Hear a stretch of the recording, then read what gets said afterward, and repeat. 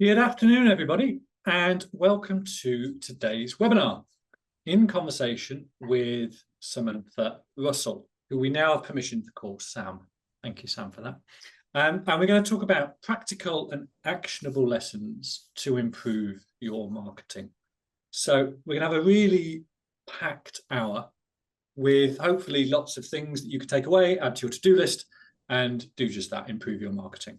But let's just start with an introduction. So, Sam, you're coming to us from the US today. Whereabouts are you?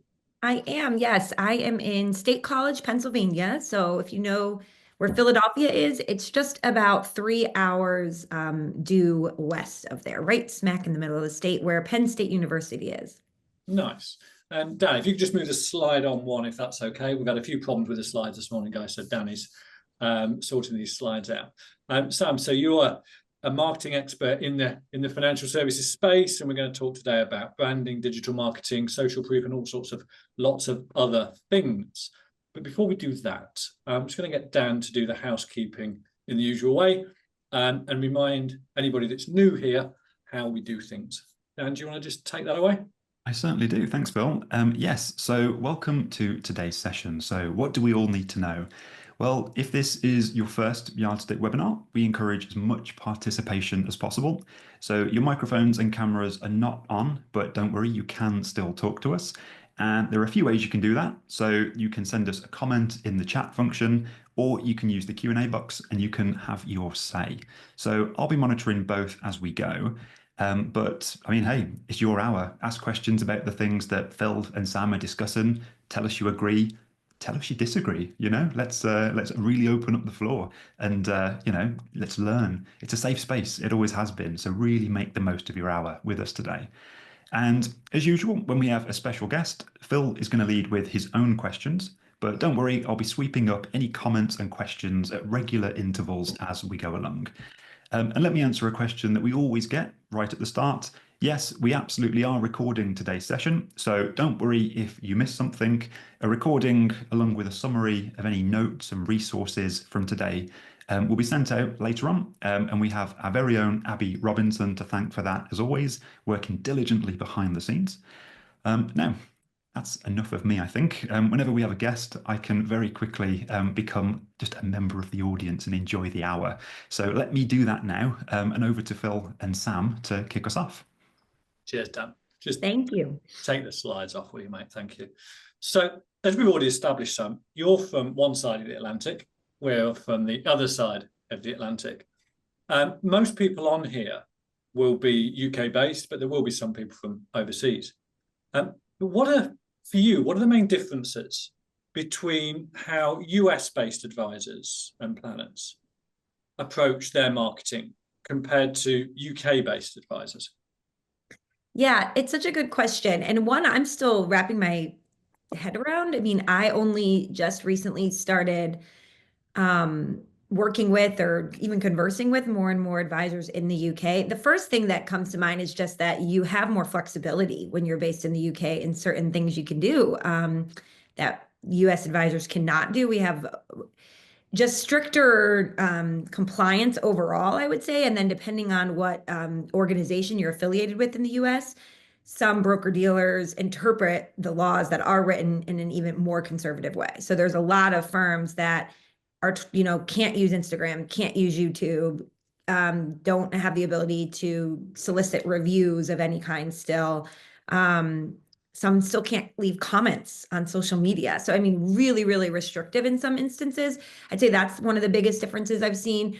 And also the number of smaller niches. So in the US, there are a lot of firms that have, especially in the last 5 years, have gotten much more specific with the niche that they serve because they're using digital tools to serve anyone in the country. So instead of it being location-based, it's based on other socioeconomic factors, lifestyle factors, and then they can serve anyone in the US. So I'd say those are probably the two biggest differences, but I'm excited to learn more.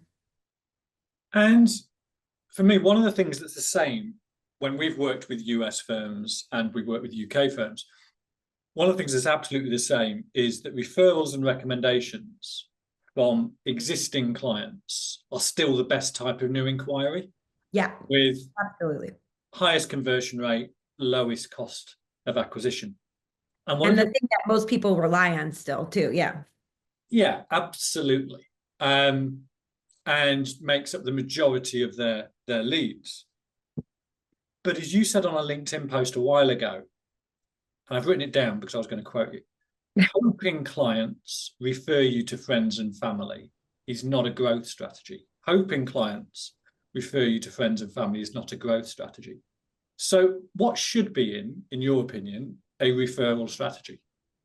Yes, I love that you wrote it down. So what I was really getting at there is that, yes, absolutely, as you said, referrals are an amazing way to grow, but the difference is being passive or active about it, right? So what I find that most people do is that they just have a hope and a prayer that people are going to refer them because they say, I deliver great service. Well, then your marketing strategy truly is a hope and a prayer. And so instead, what we want to do is think about how can we put ourselves at the helm of the process? How can we be driving the car of this referral strategy? And there's some different things that you can do. Number one, you create remarkable, memorable moments that lead somebody to want to talk about you. Because most people in conversation with their friends and family are not saying, when someone says, what did you do today? Oh, I had the most amazing hour-long meeting with my financial advisor. Like that just doesn't happen. And so, and even if it was amazing, like money is again not something that people often sit around and want to chop it up with when it comes to their own money. So the thing that we can do is create these moments. So let's talk about what an example of that might be. In an event where you're adding value.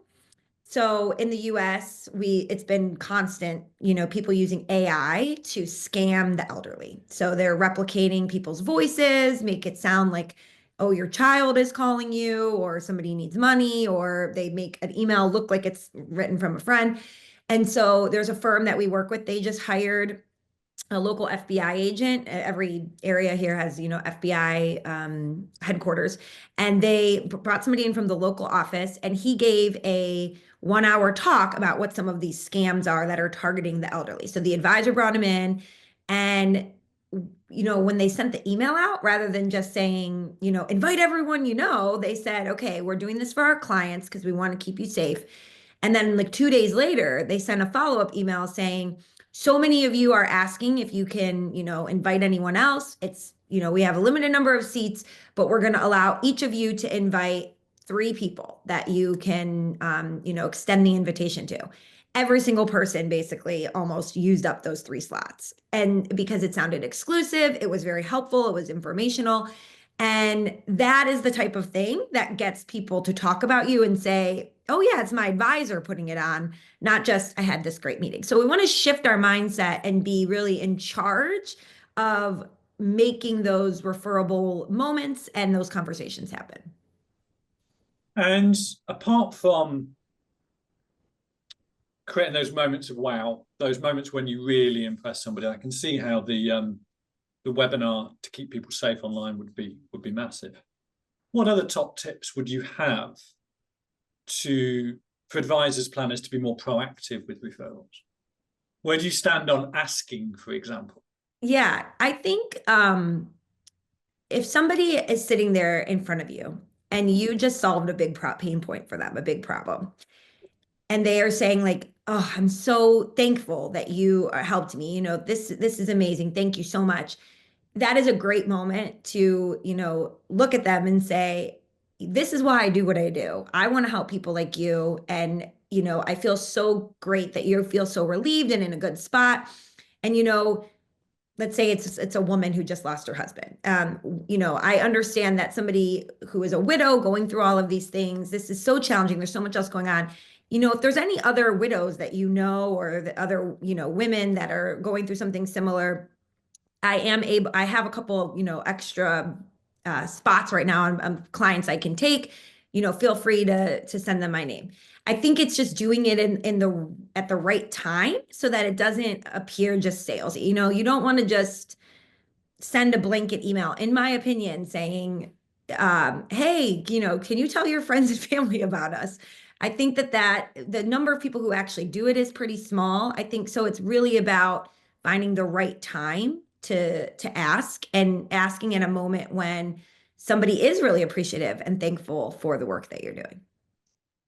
And in our experience, I don't know if it's the same in the US, consumers, potential clients will solicit more than one referral. They'll talk to a couple of friends, a couple of professional connections. Do you think that's the same in the US? Oh yeah, I think at least two. I think people are inherently, so I don't want to say lazy, but they've got other things going on. They can only do so much research, but 2 to 3 is usually the top number. And that is where, somebody's Googling your name, what they're going to find is so incredibly important. So you can also really help the referral process by showcasing things like social proof, right? If somebody Googles you and your firm comes up and 2 other firms come up and you have a bunch of great reviews and the other 2 don't have any reviews at all, that says something, because now they're not just relying on the testimony of their friend who referred them.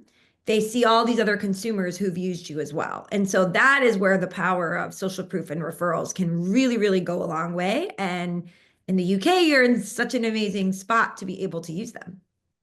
Yeah, we had Marcus Sheridan on this webinar last year, and Marcus talks about 70% of the consumer's buying decision is made before they meet the salesperson, hence social proof being so important. But just to explain to everybody on here, and Jonathan, who made a comment earlier, you guys have got it a lot harder in the US when it comes to social proof compared to what we've got it in the UK. Yeah. Oh, 100%. So in the US, if you are an RIA, a registered investment advisor, you can use, you're able to get reviews and things like that a lot easier, but there are fines being leveled left and right for people not, basically the rule was written to say, okay, we can now use reviews and testimonials, but it was written in a very gray area. So people are waiting for enough lawsuits to happen to understand what the rule really is saying. And that's kind of how it's going, forward. But I think the thing too is there's such a big gap right now between what the very tail end of clients that most advisors were getting, right? People in their late 50s, 60s, how they were finding an advisor versus how every other generation is now going about it. Because I don't care if you're 30, 40, 50 years old, most people aren't even going to buy a pair of jeans online without reading a review, let alone hand over all the money that they have to somebody else. So the need for these reviews is more powerful than ever. And what happens is the more advisory firms that get them, the more the consumer becomes accustomed to seeing them, right? If you went online again to go buy a pair of jeans tomorrow and you couldn't find a single review, you'd probably think, I'm going to go find a different pair that other people have said works. Because we want to do what other people, when we have a lack of information, psychology tells us we look to what others have done, what experience have they had. And so, getting those reviews is so, so, so crucial to showing the social proof that you are an expert and that people can trust you. And what would you say to advisors? Because I was on a call earlier with a firm, and their advisors are reluctant to ask clients for reviews for 2 reasons. First was, well, what if we get a bad review? And second was, we don't want to pester our clients. We don't want to put our clients out, make it awkward by asking for reviews. What would you say in response to those 2 things? I'm interested to see whether your response was the same as my response. So what would you say to those 2 things?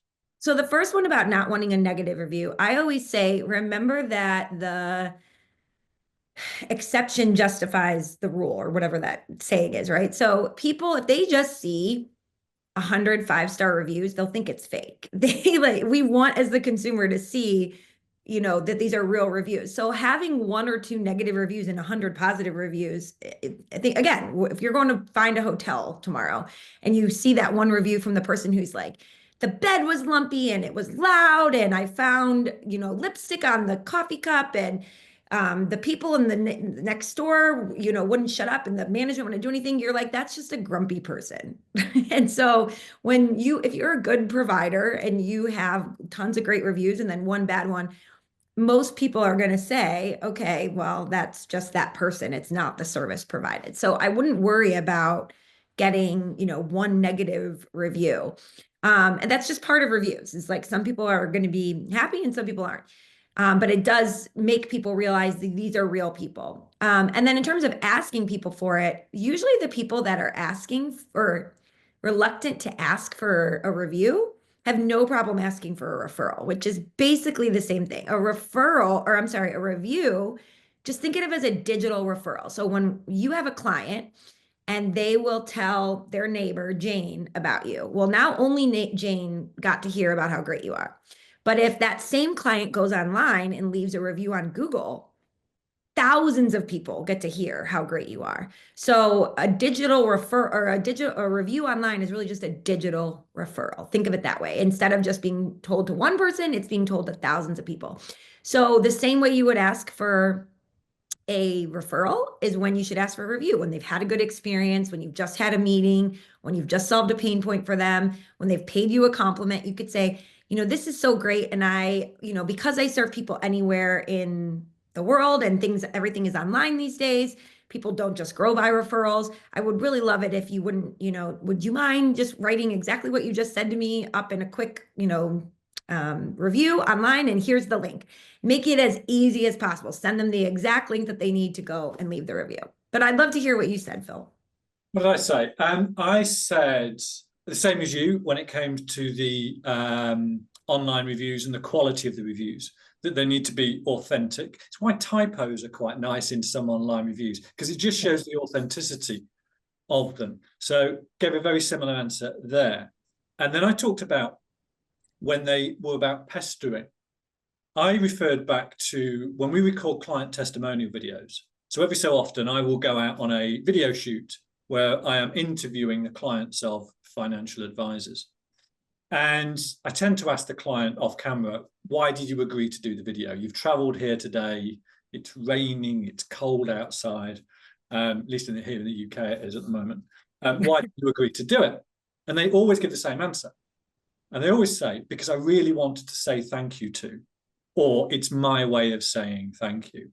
And I do think advisors sometimes underestimate the impact they have on their clients' lives. Mm-hmm. And advisors, clients see things on a far less transactional basis and really do want to do things that helps their advisor over and above just paying their fees. So it's just about reframing it, I think, in terms of the motivation of the client for doing it.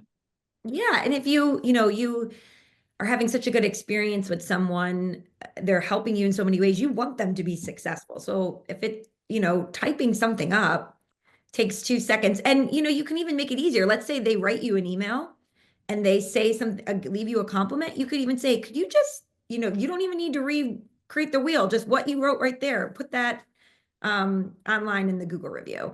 Obviously, maybe say that verbally on the phone and don't put that in writing. You don't want to tell them what to say in writing. I don't know how strict the rules are there, but yeah, I think you hit the nail on the head. And just being scared of a bad review is like the last thing that I would worry about. And also, almost all businesses have got Google business profiles now anyway. Exactly. Whenever we see a negative review, it's never at a point where it's been solicited by the advisor. It always hits out of the blue from left field. So you can go and leave a review for anybody these days. Yeah. And that's actually a really good point. One other thing I was going to say is most people do not think to go leave a review when they've had a good experience, but they're quick to leave one when they've had a bad. So if anything, soliciting for the good ones is so important if you do have a few negative ones to counteract it, because so many people will leave negative reviews when they've had a bad experience as a way of like seeking their revenge versus, we're not so quick to think, oh, I should go leave a great review. I guess in many ways, if a bad review was going to come in, it would have happened already. Yes, exactly. Dan, let's circle back to referrals. I think we've got some questions and comments about referrals, and then something about Abby's water bowl. Yeah, we've got all sorts. So let me begin with Scott's message. So Scott says, with referrals, it always surprises me how many people would contact me to ask, can I pass your details to? Just letting people know that you are open and happy for them to refer you to friends and family is half the battle won. And then Scott does mention, on a totally different topic, how massive is Abby's water bottle? Yeah, that's a very good point, Scott. I didn't see the bottom of it when she took a sip. It might go all the way down to the floor. Oh, what are you drinking? It's red. It's like a red drink. That's fun. Purple bottle, but it is just squash. Nothing exciting, I'm afraid. Wow. Yeah, it's always nice to see where people are focusing on, and I was caught by the big water bottle. So good point, Scott. So let's move on to Lee's comment here. So Lee asks, what is the most important thing for a client to articulate in an advisor's review? Are there certain things they must include? I think to reiterate what Phil said earlier, in my opinion, it's you don't want to give them guidance even. You want them to just leave an authentic review of why they feel they've had a good experience. So let them say whatever it is, and you might be surprised. For some people, it might be every time I come into your office, I feel like I'm meeting with family, not anything related to an outcome that you've had. You just make them feel welcome and at ease. So I would. And you don't know for the person who's going and looking for the review what it is they're looking if they're evaluating different advisors. So letting your clients really guide the ship, I think, is important because it will sound the most authentic rather than if you try to say, like, make sure you mention this, those types of. In the US, we couldn't do that anyways. It would be against compliance rules. Brilliant. Right. Let's go for. Oh, so Steve does make a good point. So Steve says, always makes me wonder if the advisors have something to hide if they're fearful of a bad review. Which again goes with what you've said. Often, if something bad was going to come out, it probably already would have. So the fear is not necessarily true. So Mike mentions the best time to ask for a review for social proof is right after the client is happy with what you have done for them. So absolutely, Mike. Yeah, strike while the iron's hot. Although, unfortunately, Rachel adds, I had a client give me a 1-star review, but raved about me in the comments. I left it up as vouched for, wouldn't take it down without her emailing them, and I didn't want to upset her, but also figured it might highlight that they're real people. And yeah, if people see a 1-star review, often that's where people will read first. That's what I do. I want to see the dirt. For example, I'm going back to Sam's comment about a hotel review. I was going to a wedding once, and I needed to book a hotel. And one of the 3-star reviews I saw was, it said, "Shame it's haunted, but it was a really good breakfast." So I booked it. It was a really good breakfast. Didn't see any signs of it being haunted. So there you go. Dan mentions, yeah, I agree with Mike, straight after a successful onboarding of a new client or a great and positive planning meeting. So timing is absolutely everything. Then Kelly mentions, we had a vouched for 4-star, but they said the advisor couldn't have done anything better. I wondered if they click 4 by mistake and assume anyone reading it will see that one for what it is. So yeah, absolutely. Some people though, right? They just never will go. They'll never give anyone 100. They'll never give. There are people like that. Well, that's what Jonathan says. Some people, perfection means 5-star review, but for many people, a 4-star review is a negative. It means something could be improved, right? And then Elaine says, I think the tough thing for some of our advisors is they don't remember a lot of the time to ask for the review or the referral. However, when we get them, they are great and become one of our biggest inquiry channels. So yeah, it's all about remembering to ask for them, isn't it? Yeah, so much about marketing is just down to good process and good habits and getting things done. We'll come back to a few more, Dan, if that's okay, yeah. Shortly. Let's go on to websites now, Sam, if that's okay, because if somebody's going on this digital journey, they've been recommended to an advisor or maybe a couple, they've got the weekend in front of them, they've got Google on their laptop, iPad and phone, they're going to Google them, they're going to search for them. And they'll first meet them on the Google search results page, and they'll probably start getting to know the advice firm on their website. And we're slowly getting the message across in the UK about the importance of websites, but there's still a lot of awful sites out there. Marcus Sheridan talked about the big 5 things that he suggests are shown on websites. What do you believe are the most important things that should be on advisors' websites? The first thing 100% that I end up critiquing on every single site is the copy that is used when you first land on the page. Because what most people do is they talk about themselves. You know, we've been in business for 35 years. We do this. This is why we're so great. Or they have a really generic, try to be cutesy statement, and they're not very clear about who they are, what they do, and who they help. So think about if you're in the shoes of the consumer looking at 3 different potential advisors that you want to work with, and you have a specific problem or pain point in your mind that you're trying to solve. You want to read how somebody is going to help you and the types of problems you have. So as much as you can, write the language to be all about the person viewing the site and the problems they have and not about you. So you want to change a lot of your language from I or we statements to you statements, right? You are worried about this, or your family is going through something like this, and this is how we help. And you could have a like, does this sound like you section, or these are the types of questions that we help clients solve for. The more you can use language where the person reading it will say, self-identify. They'll say, yes, this firm helps people just like me. And then the second thing is being really specific about who you do work with. So there are so many advisors out there. And consumers, the Bank of New York, Mellon, Pershing did a study a couple years ago, and they found that almost 70% of consumers have a really hard time telling the difference apart between a financial advisor, a financial planner, an insurance person, and then even within those groups, how do they differ? They feel like everyone is saying the exact same thing.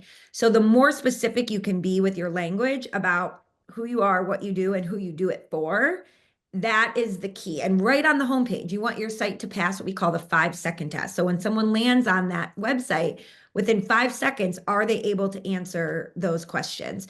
Just to give you a good example, the marketing firm that I work for in the US, FMG, we were rebuilding our own website, and our executive team got into this huge debate because they wanted to use this tagline, which was, our expertise is showing off yours.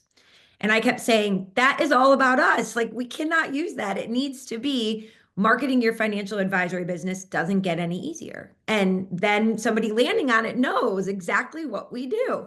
And we fought and fought and fought. And they made us do an A/B test because, they wanted to try out different ones. But again, I think that would be my number one thing for everybody listening to this to go back and look at, is how much of what's on your website allows the person visiting it to know how you will specifically help someone like them with their problems, and get away from that generic language.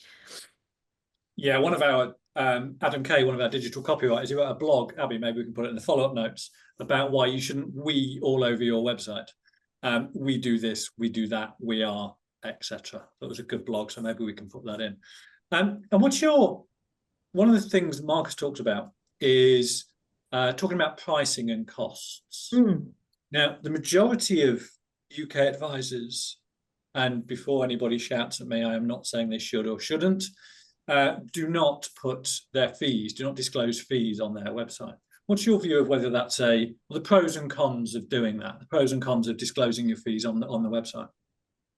So I think, in the US, we've really seen a shift to more and more people putting them on there. And then when they're not listed, the consumers thinks immediately, oh, maybe they're too pricey for me. It's sort of like if you go to a restaurant and you don't see prices on a menu, you think like, this is a really, really high-end restaurant.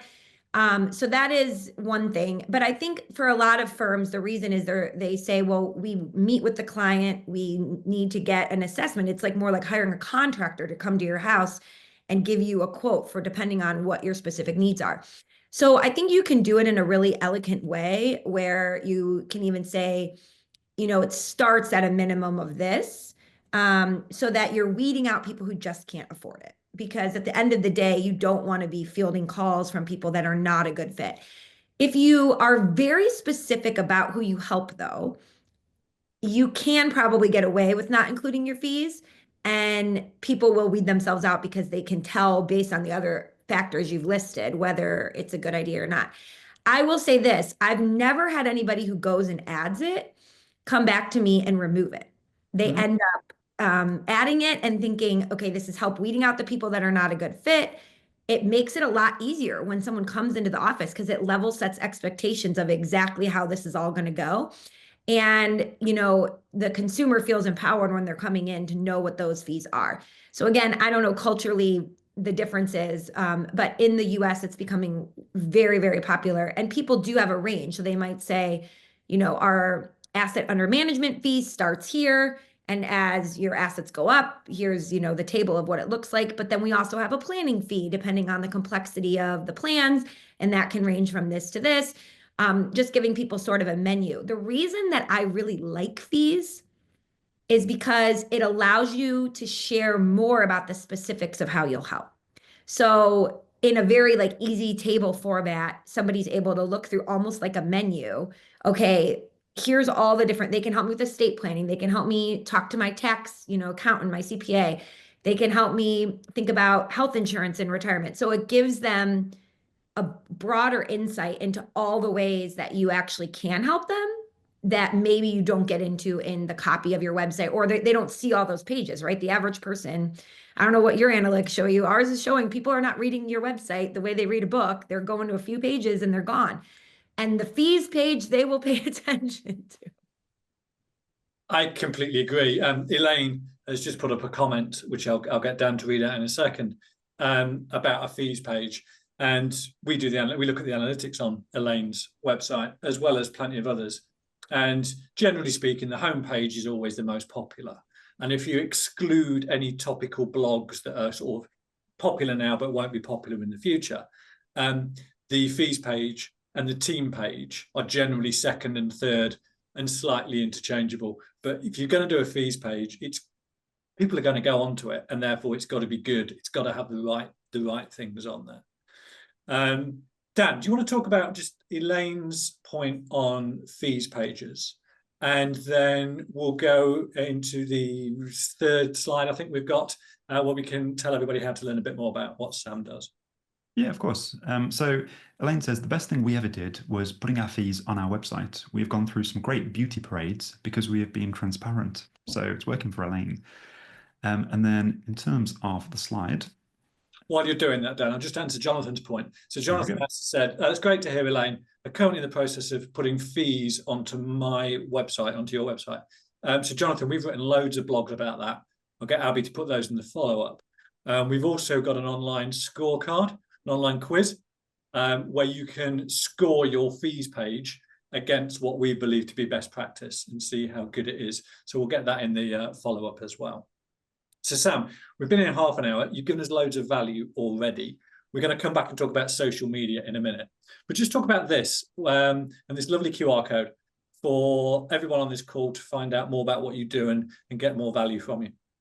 Yeah, thanks. So first of all, if we're not already connected on LinkedIn, I'd say definitely connect with me there. It's Samantha C. Russell, and I try to post at least 3 to 4 times a week, something just really helpful to get your marketing wheels spinning or really help you move the needle.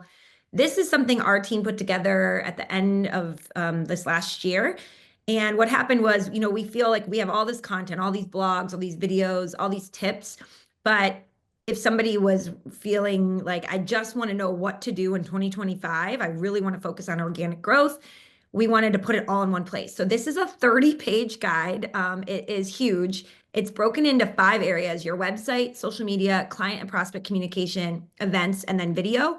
And you can just go to one section if you like. And then within each section, there are links out to further resources, videos of me explaining it in more detail, but really, really tactical things. So it's not more the philosophy. It's, okay, if I want to start shooting video, what equipment do I need? What does my setup need to be? What should I talk about? And so I wanted to give it to all of you who are here today as a thank you for inviting me, Phil. Thank you for sharing it. And again, we'll put it in the follow-up. This follow-up email is going to be yay long, but never mind. Everything good stuff is going to be in there. Right. So I think it was the second thing that you talked about in that guide. Social media. If referrals and recommendations are the best type of new inquiry, we often find that there is a gap between firms' growth ambitions and how much they can generate through referrals and recommendations. So there's a gap to fill at the top. And clearly social media is potentially a valid tactic there. not always, but potentially a valid tactic. So if a firm is wanting to use social media, I guess the starting point is, well, which channels? And as X and Twitter goes through a bit of a change right now, should we call it that? And other platforms are equally going through change. Where do you think advisors and planners should hang out online from a social media perspective? So everyone hates this answer, but it really does depend on who your audience is. So, I mean, if you're targeting people who are about to retire or are already retired, as some firms do, but you're exclusively on LinkedIn, well, that's a terrible strategy because the people on LinkedIn are in their working years and they're focused on their career, building their career. That's why they're there. If you want to work with young families and you really want to get the attention of the moms in their 30s and 40s, Instagram's a fantastic place to be because that is a great demographic, skews more towards women, and it's changing. More and more people older than 30 and 40 are joining as well. But right now, that is a great place to be.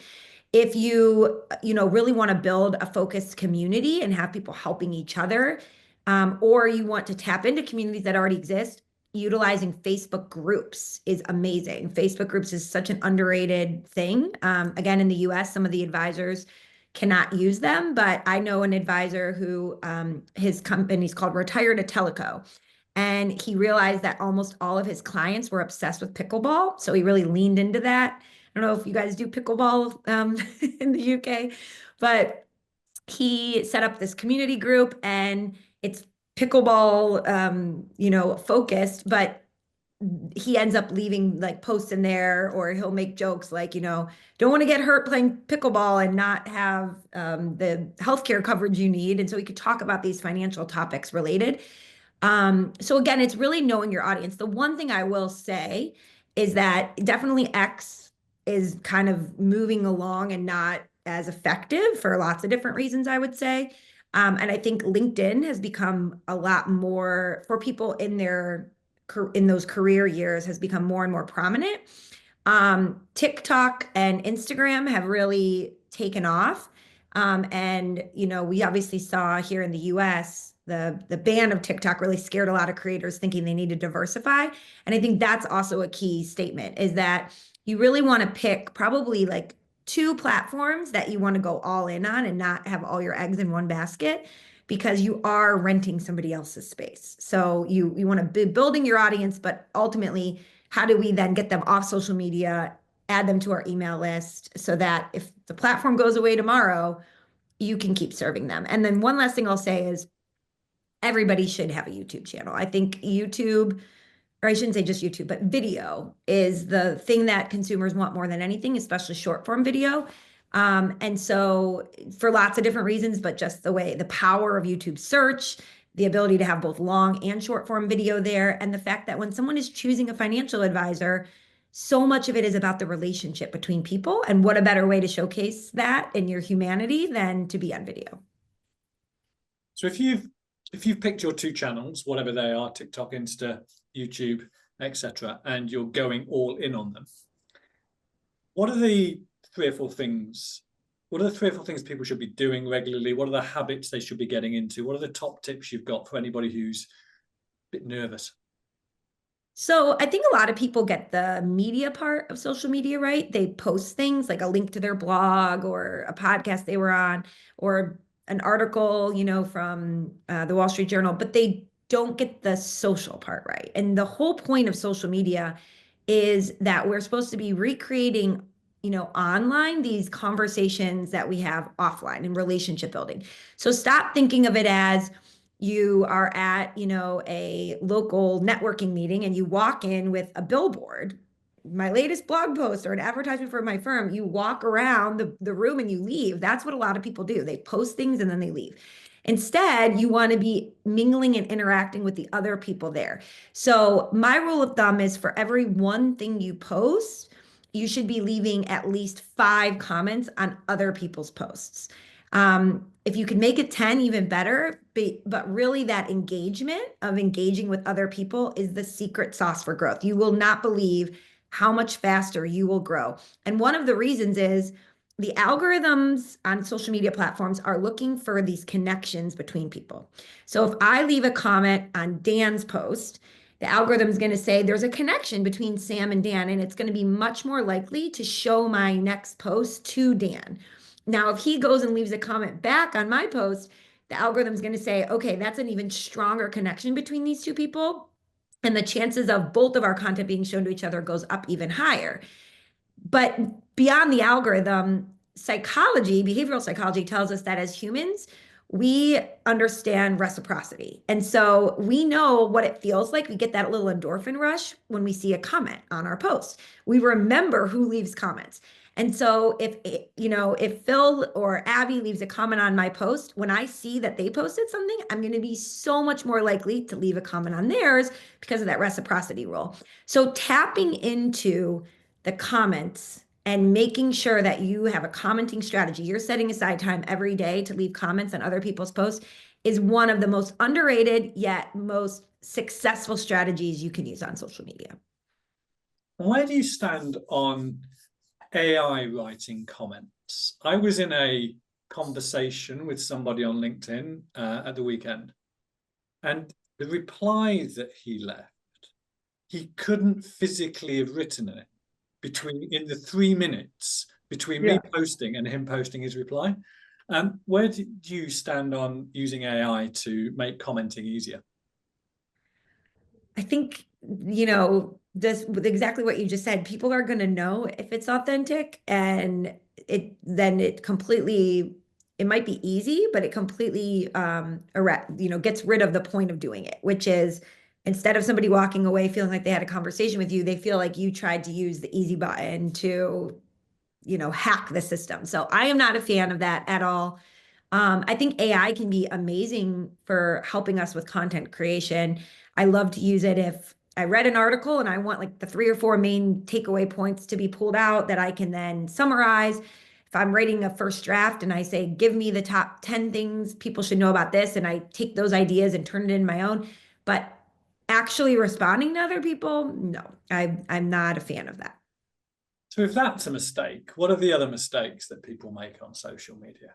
What are the things that make you cringe, that make you want to reach out to them and say, please stop doing that? Yes. One of them is not posting what's called zero-click content. So because these comments are so important, you have to give people something to respond to. If you just say, go check out my latest blog post, or I was on this podcast, go listen to it, the number of people who are going to click off and go do that is close to zero. It might be like 0.1, 0.2%. And you can look at analytics and it will show you that. So instead, you want to give the meat, the takeaway of whatever your blog post or the podcast is about right in the post itself, so that somebody, as they're scrolling and scanning, it will catch their eye and that they will leave a comment. If you don't give the information away, then they have nothing to respond to. So that's called zero-click content. They don't need to click off the platform in order to get the gist of the information. And all of your posts at this point in 2025 should have a zero-click element to them so that people can be responding. So that's number one. Number two is that, again, remember, we're trying to recreate offline moments online. So if you're only ever posting about how you help people, and it's all related to, financial services, no one is going to get to know the real you. You would not at a dinner party only talk about your work. You might talk about where you went on vacation, your job, or I'm sorry, your family, where you volunteer, whatever, something going on in the news. So you want to have a good mix of the types of posts that you share. You want to, yes, post things that relate to you and, your expertise, but then you also want to have a personal photo thrown in there or something your team did over the weekend, and you need to have that mix. So I like to say it's a 3-post mix. So it's one that's, maybe something timely related to what's going on in the news, things people are talking about, then something that shows off your expertise and maybe you wrote, you authored, and then the third one should be something that you can incorporate some personal element, whether it's you on video, a photo, something like that, and keep going with that formula. And that works really, really well. And what about audience building? Trying to improve, take LinkedIn, for example, the number of people you're connected to or the number of people who follow you. And Yeah. what tips have you got to help people build an audience? A really easy one on LinkedIn, if LinkedIn's your place, is every single Friday, just go back through your calendar and all your emails you sent, and every single person that you had a meeting with, including, if it's an admin of an executive, or you're looking at your emails and there's multiple people on a project, you have one decision maker, you want to take all the people that were included and connect with them on LinkedIn. That alone should grow your LinkedIn following by hundreds, if not 1,000 in a year. So that's a really, really powerful one. The other one is we've been talking a lot about comments. If you've never commented on a stranger's post before, you are doing social media wrong. Like, the whole idea is to be building this network. So you can go in the search bar and search for topics that interest you, and then look at the posts that come up and pick people you've never connected with before and leave comments there. You can also, LinkedIn is another great one, again, with their advanced filters. If you, let's say, have a company that you know that the employees of this company in certain positions would be a great fit for you, you can search the company, filter by all the employees that have a certain job title, and then go look to leave comments on their posts. So that's another really, really great way to build an audience. And then the last thing I would just say is, when you write a great post, pick like 4 or 5 people and send them a DM and say, hey, I just posted this, thought you would think it was interesting. You don't want to use the same people every time, but change it up. But, not everyone is going to see your posts, everybody. Very, very small percentage of our network's posts are we seeing. So sending those like DMs will just help people be alerted. And most of the people you send it to will go leave a comment on it. They'll end up commenting. So that's another great way to do it. And where do you stand on tagging people in on LinkedIn to posts? I think it can be great and useful, but if done correctly. So you want it to be maybe, like you collaborated with another firm. So if somebody's a guest on your podcast, of course, you would tag them.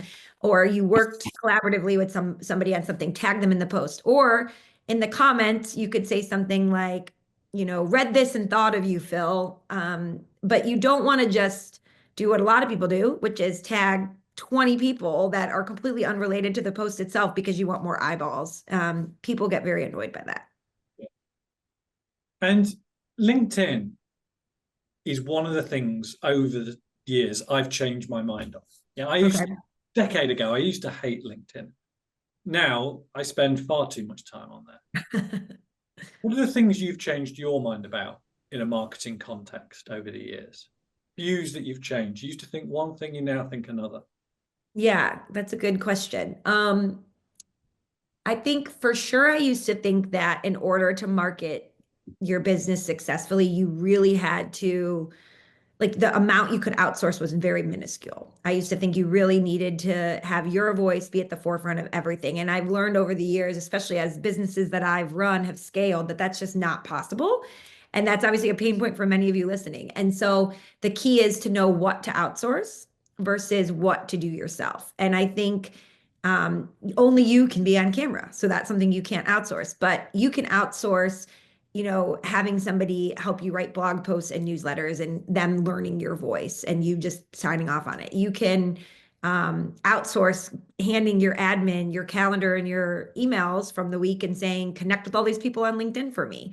So that's a big thing I've changed my mind on for sure. Cool. And I want to ask one last question, and then Dan, I'm going to throw it over to you for everybody else's questions. One of our core values at Yardstick is that we freely share information. And we have great guests like yourself, Sam, on webinars helping us share their information. But I'm interested to know who your marketing heroes are. Who do you look up to? Whose podcasts do you listen to? Whose LinkedIn posts do you set the notification for so you make sure you see them? Who are your marketing heroes that everybody else should be following? It's funny. I always end up being inspired and writing things down and getting inspiration from Rory Sutherland every single time I read anything that he does. There's a guy named Harry Dry. He has a company called Marketing Examples. I don't know if you guys have ever heard of that. and he will pull old ads from the 1970s. He'll pull billboards. He just finds inspiration everywhere in the world and then talks about why it works. And I think his website's just marketingexamples.com. I have that bookmarked and I go and look at it weekly because he has the best stuff there. I love Ann Hardley, Marketing Profs, if anybody follows her. And then from like a more technical side of things, thinking about the changing nature of SEO, and now we have AEO, right? Answer engine optimization, how AI is changing things. Anything related to the more technical side, I love Rand Fishkin, who has SparkToro. So those are probably four of the top ones for me. But I would say a lot of my inspiration when it comes to like ideas or ways to approach things, I really look outside of the standard, here's a marketing expert teaching you, and more just looking at companies that have great messaging and why does it work. And I love to read behavioral finance books about what are the levers we can pull or push to make people make decisions in certain ways. And I think that's, so much of this marketing is really psychology executed well. Yeah, absolutely. And there's some good names on that list that I think will be new to a lot of people here. And Mike, yeah, we'll put a list. We'll watch this back if Abby's not already made a note, and we'll send a list. Abby's already made a note, and we'll send a list across. Dan, let's for the last 10 minutes, let's throw it open to questions from me. Yes. So just going back to something that Jonathan said in the chat a short while back, it seemed as though he was having trouble connecting with Sam on LinkedIn and he only had the option to follow. So if anyone else is having the same issue, if you click more where you can see follow, you'll then have the option to connect as well. So interesting that they hide it, but that's how you find it if you can't find it. So a couple of comments we came through. So Mike mentions, so when we were talking about YouTube channels a short while back, Mike says, I went from newsletters to monthly client video blogs. YouTube has played a great reach. YouTube has a great reach, but can divert client attention with amusing cat videos. Currently, I'm using Wistia, and I edit them in Cyberlink Power Director. So going back to what Sam was saying, only you can be in front of the camera. So, if you feel comfortable doing that, do it. If anyone's looking for other great tools, sorry to interrupt you too. No, there's something that I love called Veed, VEED.io. And I have found it to be the easiest tool to record and edit videos, even if you are a complete beginner. And if I'm talking like you don't want a high production value video, you just want to send out something to your clients, or maybe you want to share your screen and talk about something at the same time. So it allows you to record yourself, yes, and then you can edit right in the app. There's a subtitle button you can click, and it will show you to add captions. And in red, it will tell you if it thinks the word is wrong. But then there's an ability in there. Let's say you messed up. You just keep going and you identify the area you messed up, and it will use AI to fix it with your voice. So you don't have to take a million takes. So I love that tool if anybody's looking for a good video tool. And that's called Veed, is it, Sam? Yeah. Perfect. Okay. So a question that Jonathan asked a short while ago too, is it worth paying for LinkedIn Premium? So I'll be interested to hear Sam and Phil's opinion here. I mean, I think if you want the advanced filtering techniques and you're let's say running a new campaign. So we have an advisor we worked with who he focuses on tech executives in Silicon Valley at certain companies. So he really wanted some of the advanced filtering features that would allow him to really hone in to invite to these events he was doing on their different compensation packages. So, he created an event page in LinkedIn, and then there's a way that you can invite people to the event without having their email address in LinkedIn, which is amazing. So for so many people, if you're hosting an event, you're like, I don't want to just email the list I already have. I don't want to just pay for ads. It is so cool in LinkedIn that you can be hyper specific, filter by people, and then send them an invite to your event that you've created. So in instances like that, I think it's amazing, but you can 100% do amazing things on LinkedIn without it too. So I think it depends again on your growth goals, but if you are trying to build a new prospect list and you really want to use those advanced filtering techniques, I think it's good for that. I'm going to give Abby the chance to answer for Yardstick. in my opinion. Go on, Abby, you go on LinkedIn Premium. The chance or passing the book? Yeah, I totally agree with Sam. I think it's one of those things where if your profile isn't optimized in all of the things that you can do with a basic profile, you can't just pay for premium to cover that up. The advanced features are only going to be advanced if you've already got a great profile to start with. But things like being able to personalize all of your connection requests rather than just the first 10, which is a benefit of premium. That's a pretty big deal if you're trying to grow your network. Things like being able to add slideshow banners, that can be quite useful if you run events, and having the custom button, for example, on your profile are all little features that you might find really useful if your profile's well optimized and if your business, as Sam says, has growth targets that those things support. So it's 50 odd quid a month. It's not an insignificant amount of money. It's really dependent on you and your business. That annoying, it depends answer again. I don't think it was an annoying it depends. I think it was a very good it depends, because you are right. You can't disguise a bad starting point, can you? In that QR code that I had in the guide, I have a LinkedIn checklist of the 5 ways to make sure your LinkedIn page is completely optimized. So check that out in the giveaway that we gave away too. Dan, back to you for a few questions. Okay, right. Who shall I choose next?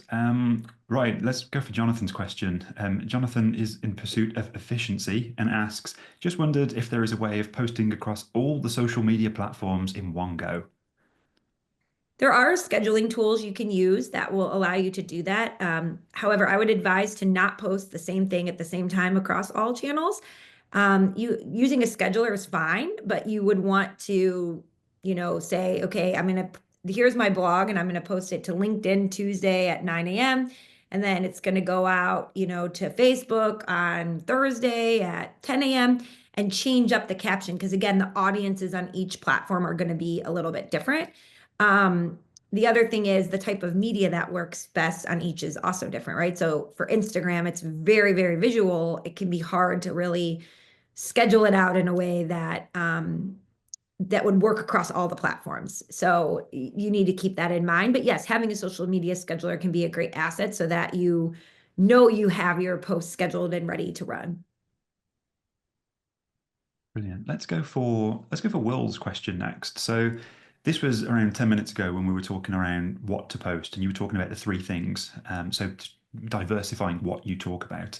And Will asks, how should this be implemented between company social media accounts and personal social media accounts? What's the consensus in posting similar material across each of those channels, or should they be split based upon Sam's comments with regards to commenting / interacting and growing a presence? So my take on this is that people are always going to connect with people versus brands. So when you see a logo as an avatar on social media, how inclined are you to feel like I can have a conversation with this logo, right? It's a lot harder. And so personal pages are always going to experience more growth and more engagement for that reason. The business page, though, is still really important. People are going there. Again, if they do a search for the yardstick agency, you might have their website come up, and then LinkedIn page could be the second or third thing that people see for your business. So you want to make sure it has great posts, that it's up to date. But what you're sharing there can really be a lot more about the services that you provide, how you help, talking about your areas of expertise, whereas your personal page is where you would, share the personal stories, have the personal photos. So it is a different strategy. Every once in a while, though, from your personal page, of course, you can reshare a post from the business page, or vice versa. So let's say an employee at your company goes and runs an ultra marathon, and you reshare that post to the business page and say, we're so proud of our own Samantha Russell. She completed this ultra marathon. She's not only I don't know how to, now I use myself as an example. This sounds bad. A kick-ass marketer, but she also is a kick-ass runner. But you get the idea, right? You can do it both ways, but really the goal of the business page is highlighting the areas that you are an expert in. So it would be awards that you won, blog posts that you have, your podcast, just things that talk about your company and what you can do. Whereas the personal pages are really where more you're able to share the personal information. Thank you, Sam. Dan, just put up the last slide, if you would, for next month's webinar. Jonathan, by the way, has asked which schedulers we recommend. So I'll come to you for that in a second, Sam, if that's okay. So next month's webinar, we are live on the 19th of March. We're back at our usual slot of 10 a.m. and it's all about AI. 10 practical ways AI can improve your marketing. Writing comments on LinkedIn posts will not be one of them. 10 practical ways AI can improve your marketing. Abby has just put a link in the chat so you can go and register for that. Dan, do us a favor, just flick back to one slide with the QR code on it so anybody can get that while we just do Sam's last question, if that's okay, Sam. Jonathan asked, which schedulers do you recommend for social media posts? Yeah, so it's sort of a hard question for me because at FMG, we have one. We have a social media scheduler. So most of our clients are using that. But I've seen a lot of people use Hootsuite. That is a really popular one. It, again, depends how many other tools you want with it, because a lot of these are all-in-one marketing platforms that have the scheduler is just one of many that they're sharing. So there's something called CoSchedule. There's Hootsuite. I don't know, Phil, if you guys have one that you recommend. Yeah, we use, Abby, what do we use? It's gone out of my head. SmarterQ, that's it. We use SmarterQ generally for doing that sort of stuff. So, Sam, thank you so much for today. Thank you to Dan, thank you to Abby, but thank you to you, Sam. It's been a fabulous hour. There's some lovely, lovely comments coming through. If people want to go and connect with Sam on LinkedIn, go and follow on X, there are the details. Sam, there's been so much value there. We will send this recording out and all the other great links today. But just to say thank you, Sam, for spending the hour with us.